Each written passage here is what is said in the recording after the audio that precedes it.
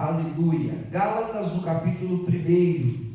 Amém? Eu quero falar sobre transformação. Transformação. Esse jejum é o jejum da transformação.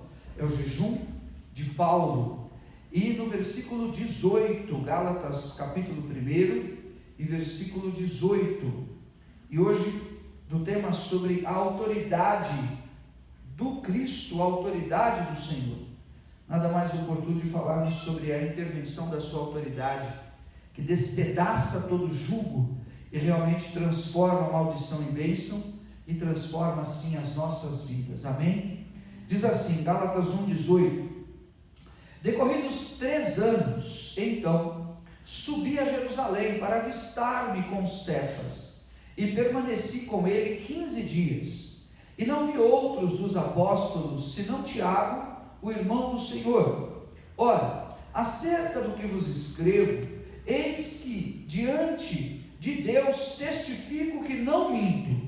Depois fui para as regiões da Síria e da Sicília, e não era conhecido de vista das igrejas da Judéia que estavam em Cristo. Ouvi-eu somente dizer: aquele que antes nos perseguia, agora prega a fé que outrora procurava destruir, e glorificavam a Deus a meu respeito. Põe a mão sobre a tua palavra ou sobre o teu coração. Faça uma pergunta ao Espírito Santo de Deus nesta noite. Do Senhor somos instrumentos, o Senhor edifica a igreja por intermédio da palavra que não volta vazia. Pai de amor, dá-nos graça, desejamos ouvir a tua voz. Nós nos consagramos, jejuamos, meditamos na tua palavra e assim queremos, Senhor, declará-la hoje diante dos ouvidos que aqui estão e diante da tua vontade, Pai. No mundo espiritual, que seja repreendido e destruído todo sofisma, anulado todo intento do enganador e toda voz satânica maligna em nome de Jesus. E cada um possa ser encorajado na fé, renovado e fortalecido no Espírito Santo para caminhar e para realmente alcançar e viver o que o Senhor tem preparado. Que todo mal caia por terra, a ti a honra, a glória e o louvor, a adoração, em nome de Jesus. Amém. Amém. Glória a Deus. Amém. Aplauda ao Senhor. Pode sentar-se em nome de Jesus. Amém. Essa é a autoridade do Senhor Jesus, a sua autoridade plena, absoluta, toda a autoridade. Depois da ressurreição, Jesus declarou esta palavra: toda a autoridade me foi dada nos céus, na terra, toda a autoridade. Então ele tem autoridade para ir onde ele quiser, fazer o que ele quiser, invadir as almas, as vidas, levar a salvação, estabelecer aquilo que está pré-ordenado pelo Senhor em sua eleição, em sua escolha, e fazer com que tudo aconteça pelas asas invisíveis do Espírito Santo de Deus, na minha vida, na minha casa, na minha família, na tua vida, na tua casa, na tua família e em toda a humanidade, ao redor de todos os continentes desse mundo que aqui está, e em todas as gerações. Ele tem autoridade grandiosa, tremenda, contundente e profunda. Amém? Não há autoridade maior do que a autoridade do nome poderoso do Senhor Jesus. E essa autoridade, ela encontra aquilo que está perdido, aquilo que ninguém achava ser possível, aquilo que ninguém dava nada, aquilo que era inimaginável na vida de Saulo, perseguidor da igreja, fariseu de fariseus, para alcançá-lo com poder e grande glória e transformar a sua vida. No relato de Gálatas, capítulo 1, que lemos a partir do versículo 18, você vai ver, as igrejas diziam: aquele que antes nos perseguia, agora prega a fé que professamos. Que transformação é essa? Que mudança de sorte é essa? O outro lado do disco, um estava falando uma língua, o outro estava falando outra língua. Um pregava uma coisa, o outro falava de outro mundo. Um pregava do mundo carnal e terreno e das coisas visíveis, e o outro lado das coisas invisíveis, poderosas e sobrenaturais. Um de vingança, de ódio religioso e de autorização para prender e matar, e o outro de de amor para salvar por intermédio do sofrimento de um homem na cruz. Que mudança abrupta! O que é que pode causar uma diferença tão grande, agitar, torcer de maneira tão profunda, quebrar de maneira tão absoluta e tão plena, sem rastro, sem pegada, sem volta, alguma coisa dentro de uma pessoa, que ela se torna capaz de dizer: não é mais aquilo, não era aquilo, tá? Eu estava errado, é isso aqui agora. Quem está entendendo? Esse é o poder e a autoridade do Cristo, Filho do Deus vivo. Aquele que nos perseguia agora prega a fé que nós mesmos professamos. Que poder absoluto é esse grandioso! E que transformação grandiosa é essa? Olha, esse poder absoluto é o poder do Senhor Jesus, é o poder do seu sacrifício em obediência sublime, absoluta, na cruz ao Deus Todo-Poderoso, onde ele ficou desamparado e sangrou e morreu a morte de cruz, e na ressurreição ele estabeleceu o poder do seu Espírito sobre a sua igreja. Esse é o poder, e essa transformação que ela vem é o alvo de Deus na minha e na tua vida, em nome de Jesus, porque a palavra ensina que nós estávamos perdidos nos nossos delitos e pecados, mas o Senhor nos encontrou, nos alcançou, e Ele visitou o nosso coração pelo Espírito Santo, nos levou ao Senhor Jesus, Jesus nos batizou no seu Espírito, Ele nos levou à sua igreja, para que pudéssemos aprender da sua palavra, fortalecer a nossa fé, aprender a viver em comunhão, estabelecermos famílias e sermos realmente o corpo de Cristo na terra. Esse trabalhar do Espírito de Deus, essa transformação pela intervenção do Senhor, é o mais grandioso, tremendo, precioso que alguém pode ter em sua vida, em nome de Jesus.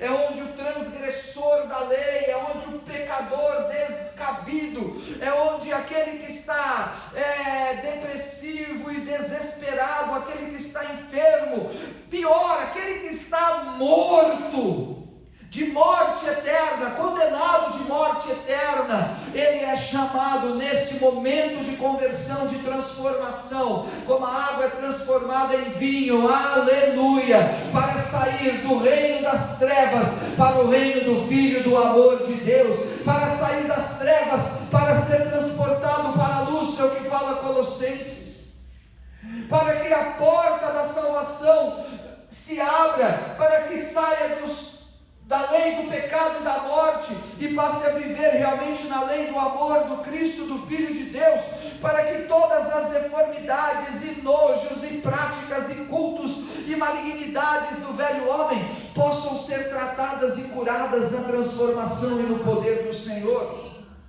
Temos dúvidas muitas vezes porque somos alcançados pelo Senhor, mas não alcançamos a devida transformação diante do Senhor.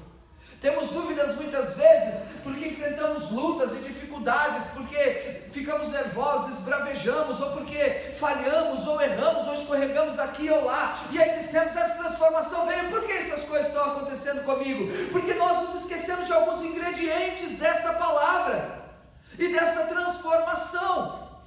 Porque Saulo, quando foi transformado, ele foi transformado em uma nova criatura no Espírito de Deus em Cristo Jesus, mas era o mesmo homem, de carne e osso, homem esse que Deus iria usar as suas próprias referências, características pessoais, qualidades que ele tinha, formação que ele possuía, amém? Deus iria usar. Assim também como as suas deformidades se tornaram obstáculos para ele e precisaram ser lapidados duramente, e o Senhor colocou um espinho na carne. Ele diz em 2 Coríntios 12: recebi o espinho da carne, emissário de Satanás, para que eu não me ensoberbecesse. Imagine só, amém, queridos? Quem está entendendo? Então vamos lá. Moisés foi transformado, foi ou não foi? Foi, era homicida, Moisés teve capacidade de matar um homem com as próprias mãos, escondê-lo na areia. Só que quem edifica a sua casa na areia, quando vem a tempestade, a chuva, o vento, que acontece? A casa cai. É ou não é? A casa cai. Por quê? Porque edificou com mentira, edificou com sujeira, edificou com pecado. Aquele altar não estava limpo. Tinha muita aparência e muita volúpia, mas só que não era verdade, não era real. Mas o Senhor chamou aquele homem, iria esculpir na vida dele o grande e poderoso líder, libertador do povo de Israel do Egito. Porque Deus nos toma como uma matéria bruta.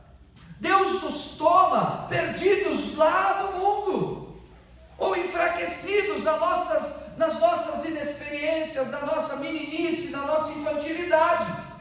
E Moisés foi transformado de tal forma que foi chamado do homem mais manso da terra, o homem que estava organizando aquela libertação e travessia no Egito, o homem que Deus usou em autoridade e poder, o homem que escreveu as leis de Deus e subiu no monte, um homem que tinha autoridade diante de todos os anciãos e tribos, um homem que depois teve a sua face transfigurada, transformada.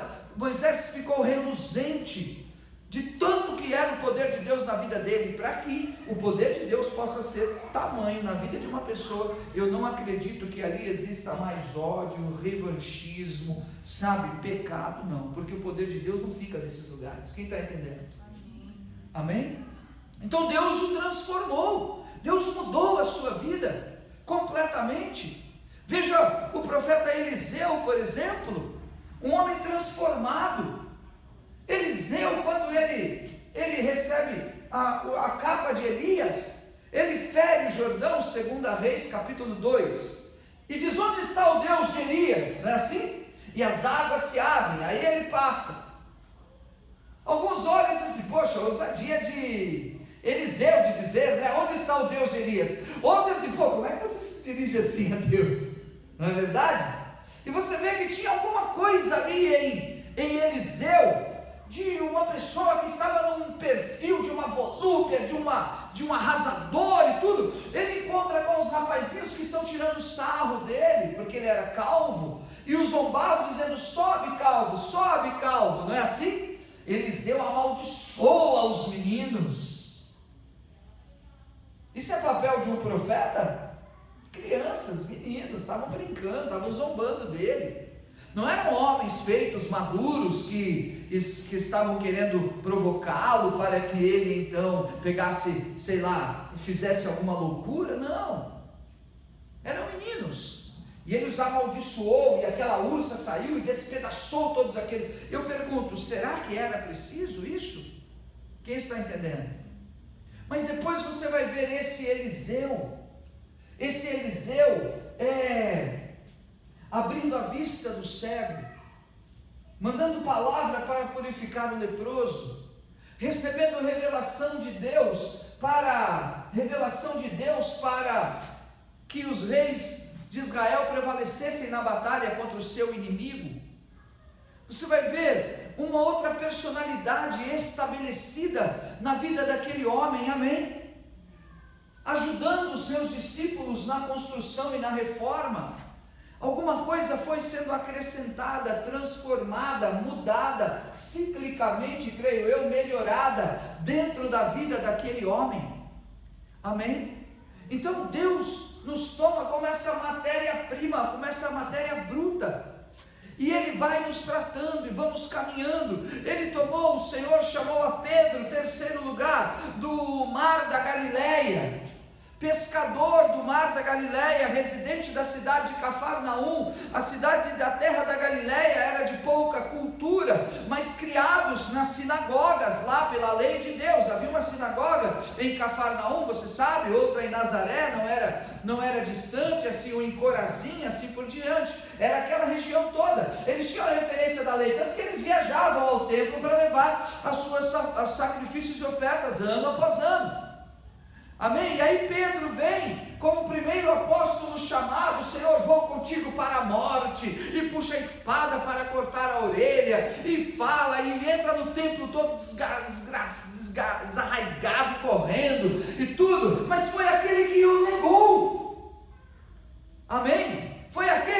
visão, eu não conheço esse homem.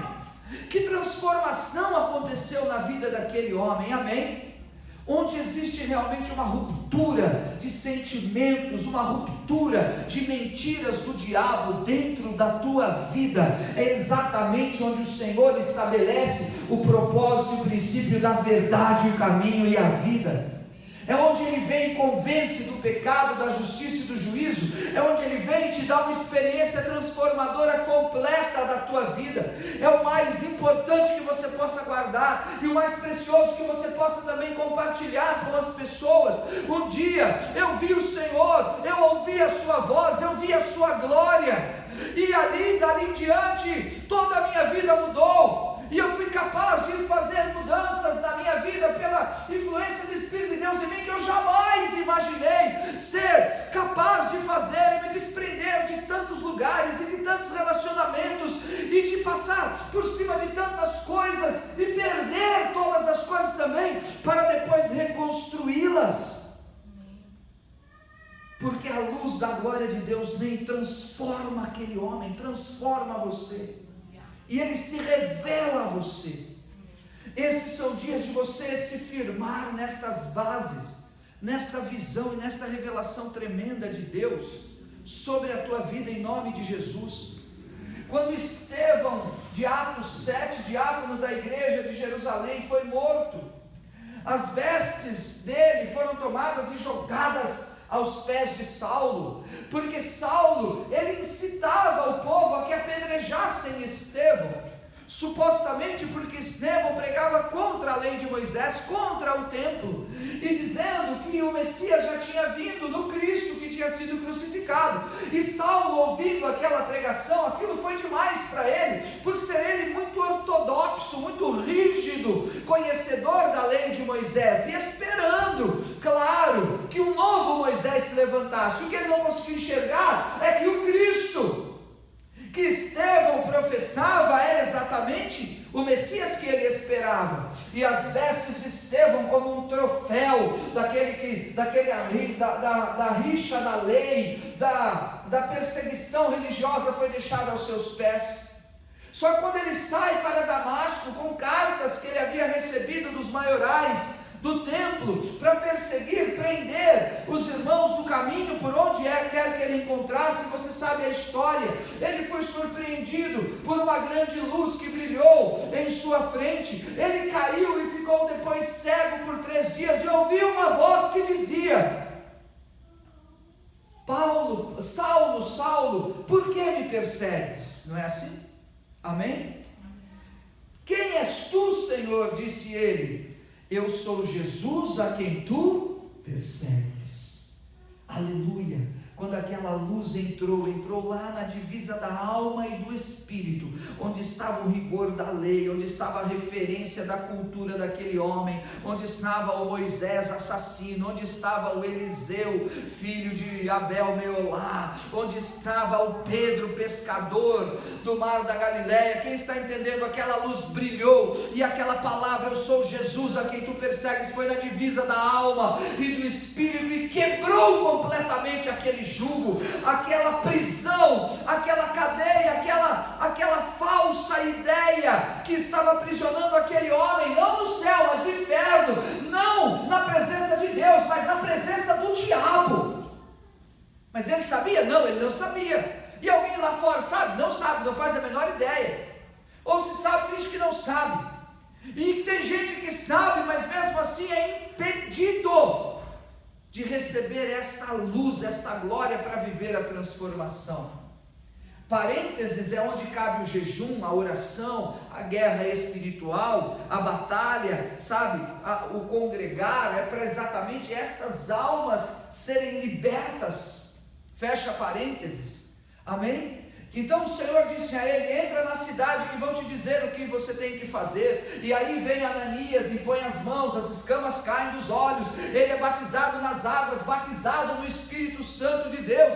Que coisa tremenda, a transformação daquele homem que era fariseu dos fariseus, criado aos pés de Gamaliel, circuncidado ao 8º dia, da tribo de Benjamim, uma referência toda ele tinha.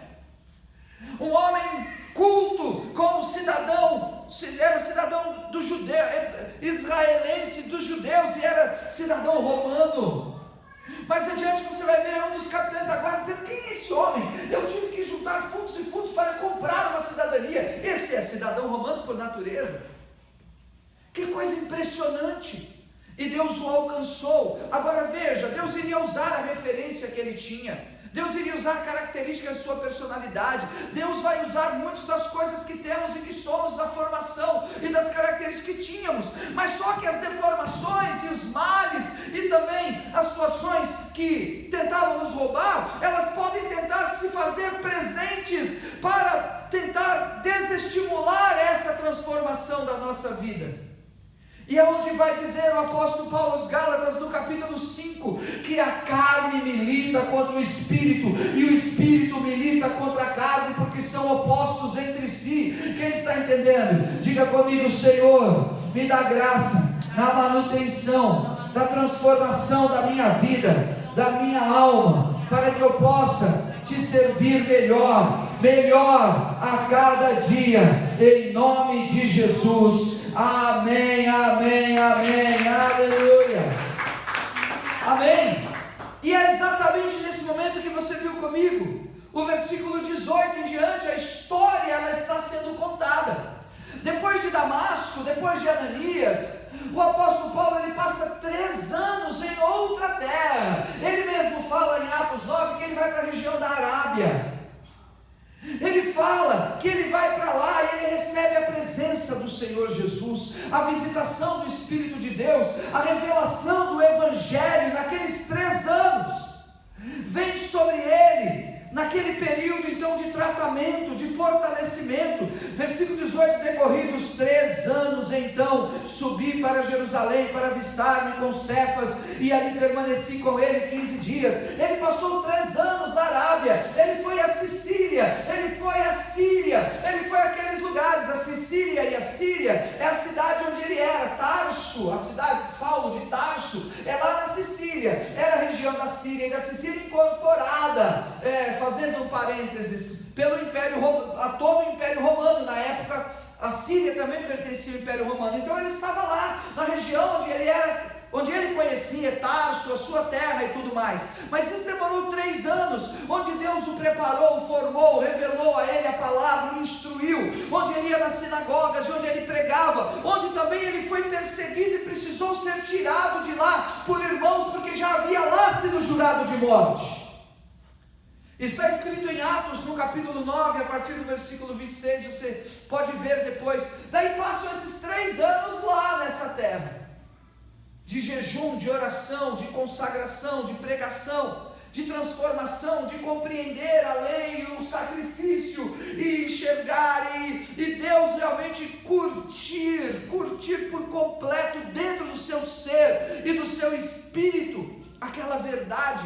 Porque não é fácil, meu irmão. Muita gente se converte, mas depois volta. Por quê? Porque não teve tempo de curtir profundamente aquela visão, aquela novidade de vida, aquela revelação, e os apetites da carne, e as fascinações do mundo, e a necessidade da ruptura, do desligar-se, do romper, de renegar aquilo que vivia. É muito difícil, e não são todos que conseguem fazer isso. A renúncia é o grande desafio do processo de transformação meu e seu. E Deus tem nos experimentado demais e demais ao longo de todos esses anos na renúncia. Então aqueles 3 anos foi para que ele, em primeiro lugar, aprendesse a renunciar. Agora não importava mais se era fariseu de fariseus e criado aos pés de Gamaliel. Agora era o Cristo, o Salvador, o seu sangue, a sua cruz. Agora não era a lei de Moisés, era, aleluia, a nova aliança, aleluia. E aquilo levou tempo para ser refeito dentro da vida dele. Amém? Cada um tem um tempo espiritual, cada um tem um tempo realmente dessa maturidade, porque as renúncias vão vir como exigências na nossa vida, mas elas vão trazer fruto de maturidade na tua vida, em nome de Jesus. Quem está entendendo o que eu estou falando hoje? Amém? Que essa porção do Senhor de transformação, de renúncia e de maturidade se estabeleça na tua vida em nome de Jesus. Ele foi a Jerusalém, se encontrou com quem? Com Cefas. Quem é Cefas? Cefas é Pedro. Cefas é o nome de Pedro, é o nome aramaico de Pedro, né? Cefas é pedra, Pedro. Ele foi, se encontrou e ficou 15 dias com Pedro, diz a palavra do Senhor. E o início de Gálatas, ele diz que ele não recebeu o evangelho dos outros apóstolos, ele recebeu mediante revelação do próprio Deus, do próprio Senhor. Mas já imaginou o encontro entre Paulo e Pedro? Eu fico imaginando que encontro deve ter sido esse, meu. Você não tem essa curiosidade? Eu tenho essa curiosidade. O que será que rolou assim, nesse papo deles? Versículo 19: não vi outro dos apóstolos senão Tiago, irmão do Senhor. Interessante, né? Não vi nenhum outro apóstolo dos apóstolos, porque os apóstolos espalharam, cada um para um lado, foram pregar, né? Cada apóstolo foi para um continente, assim por diante. Isso é a história deles, muitos nós sabemos pela tradição, mas não há escritos relatos, porque não havia, obviamente, níveis de comunicação como os de hoje. Agora ele fala: não vi nenhum dos apóstolos, senão Tiago, irmão do Senhor. E eu entendo dessa maneira que Tiago então também era apóstolo, amém? Então havia outros apóstolos, assim como Barnabé também foi chamado apóstolo e tudo mais. Então fecha parênteses, ele se encontrou com Tiago, irmão do Senhor Jesus. Já imaginou o que ele conversou com Tiago? Apóstolo Tiago, que escreveu o livro de Tiago, irmão de Jesus. O que eles conversaram? O que eles falaram então sobre a vida de Jesus? Amém? Como esse período aqui, ele é tão tremendo, dessa história do apóstolo Paulo, do seu encontro com a igreja de Jerusalém. Versículo de número 20: ora, acerca do que vos escrevo, eis que diante de Deus testifico e não minto.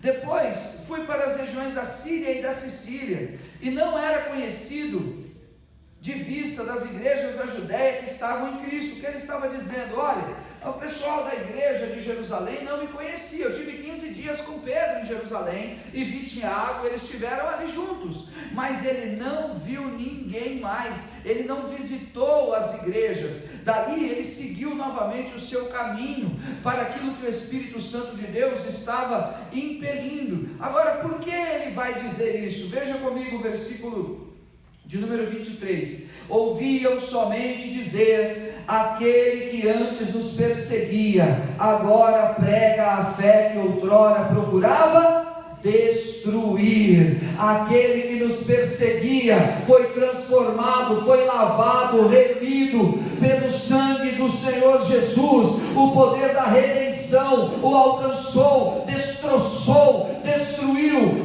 o seu conteúdo da lei, destruiu o pecado, destruiu os seus dogmas religiosos, destruiu a sua consciência, a sua mentalidade da terra, para edificar naquele que perseguia, aquele que agora professa a mesma fé, em nome de Jesus, aleluia. Uma transformação do corpo, na alma e no espírito, é o que Deus faz, sem desrespeitar os seus valores, a sua vontade, e você como ser humano. Por isso, dilatai-vos, ele vai depois explicar em Efésios 4, abre o teu coração, deixe ele trabalhar, deixe ele ampliar o poder dele na tua vida, e te conduzir ao conhecimento. Deseje as coisas de Deus. Vamos abandonar essa preguiça espiritual, essa parafernália tecnológica que nos deixa distraídos dia e noite, e vamos olhar para um homem como este homem, que foi transformado pelo poder do Senhor Jesus em sua vida, e que Deus usou suas competências, capacitações e formação para o bem da sua obra. E assim o Senhor também vai te tomar para construir o caráter de Cristo na tua vida, e te usar e te levantar para a honra e glória do seu nome, em nome de Jesus. Amém, amém, amém, aleluia. Ele não foi transformado para arranjar um novo emprego e ganhar mais. Ele não foi transformado para fazer viagens ao redor do mundo da época, para ir em Roma ver os gladiadores no Coliseu, na torre de Pisa. Ele não foi transformado para visitar as 7 maravilhas do mundo da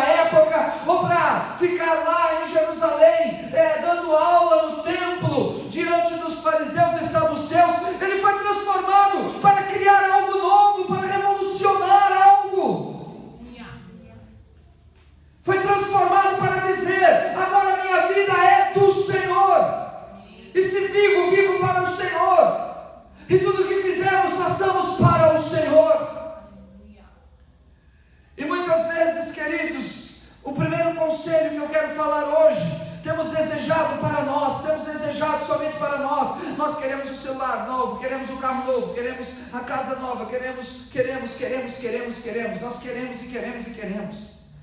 E o meu conselho hoje é esse: assim diz o Espírito de Deus. Quem tem ouvidos para ouvir, ouça o que o Espírito diz à igreja, o que está escrito às igrejas do Apocalipse. Deseje para o Senhor, deseje as coisas lá do alto, deseje as coisas do Cristo, do Filho de Deus.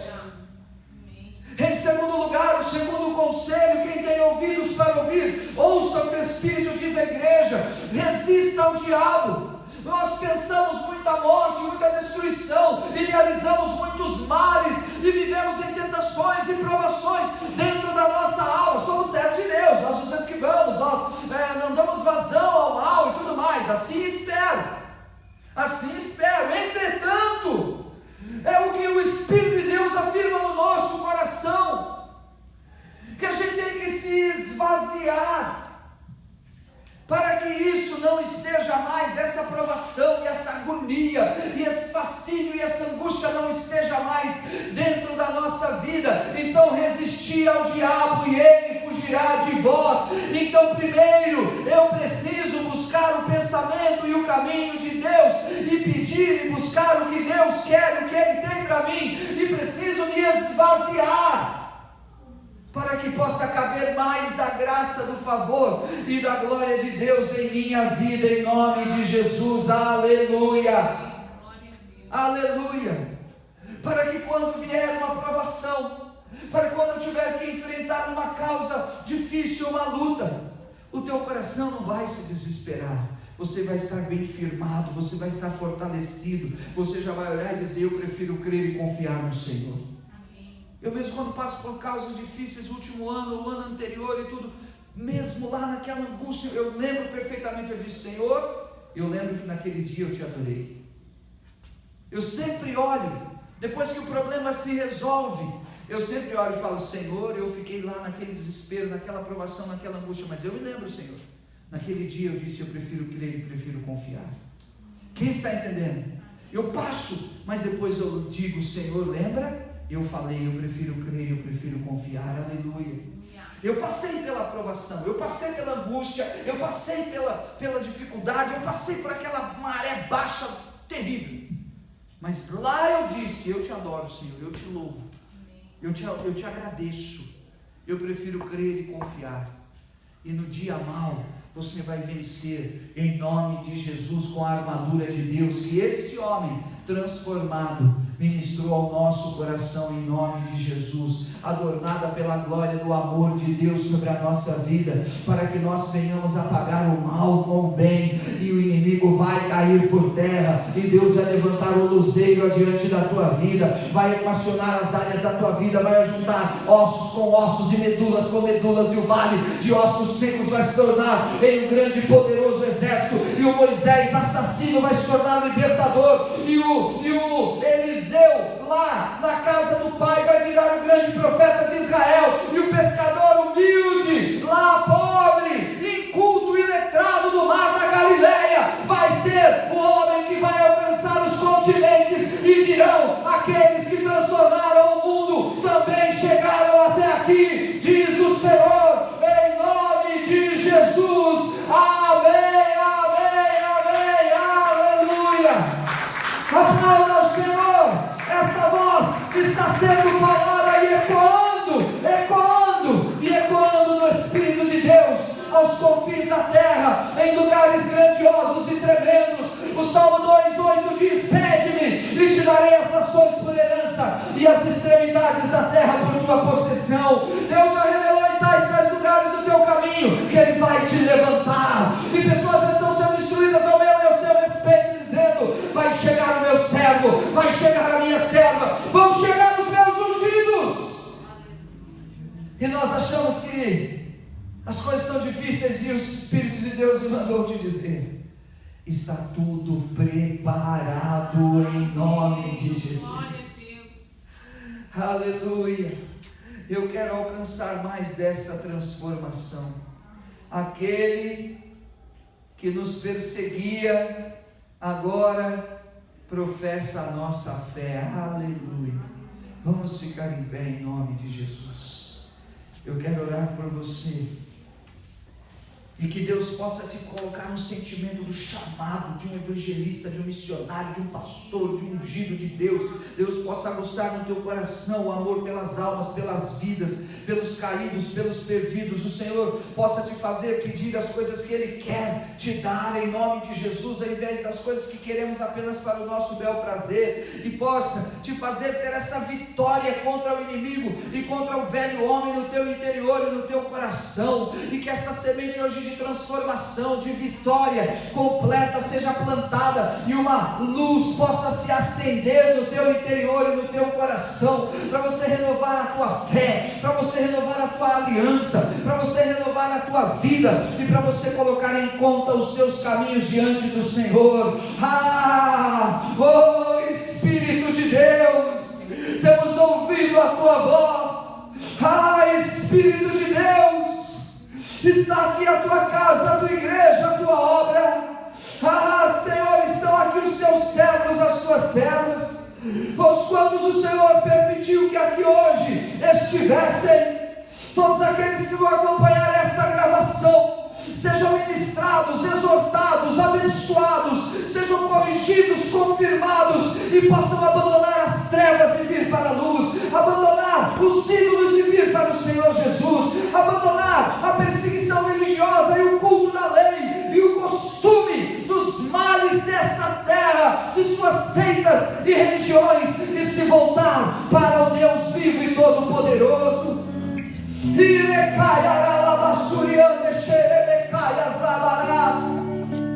Faz a tua obra, trabalha nos corações, põe em chamas os teus servos. Aqui estão pastores, aqui estão presbíteros, aqui estão homens e mulheres de Deus.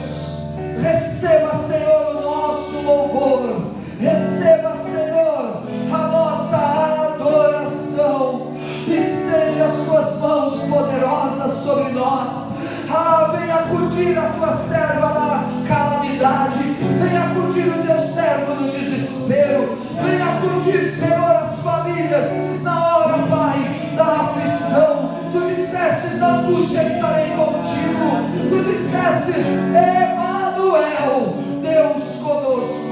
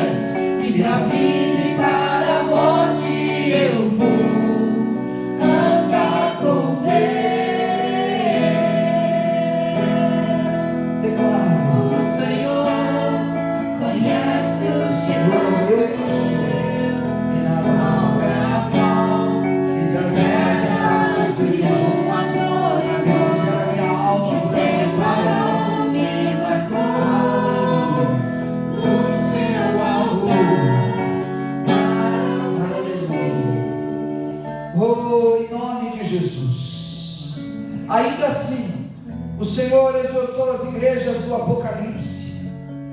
A Éfeso ele disse: tenho porém contra ti, abandonastes o primeiro amor, arrepende-te. A Esmirna disse: tu és pobre, mas tu és rico, sê fiel. A Pérgamo ele disse: tenho contra ti, tolerar-lhes. Aqueles que sustentam a doutrina de Balaão, que ensinava a armar ciladas diante dos filhos de Israel, e as doutrinas dos nicolaítas, servir a Deus na carne, arrepende-te. A Tiatira tolera Jezabel, arrepende-te, arrepende-te, se não vais se fazer enfermar, matar os seus filhos. A Sardes ele disse: tenho contra ti que tens nomes apenas, que vive, mas estás morto. E não achei íntegras as tuas obras em minha presença. Arrepende-te, arrepende-te, porque senão virei contra ti como ladrão. Arrepende-te. A Filadélfia, ele disse: eu tenho a chave de Davi que abre e ninguém fecha, e coloquei uma porta diante de ti. Tens pouca força, tens pouca força.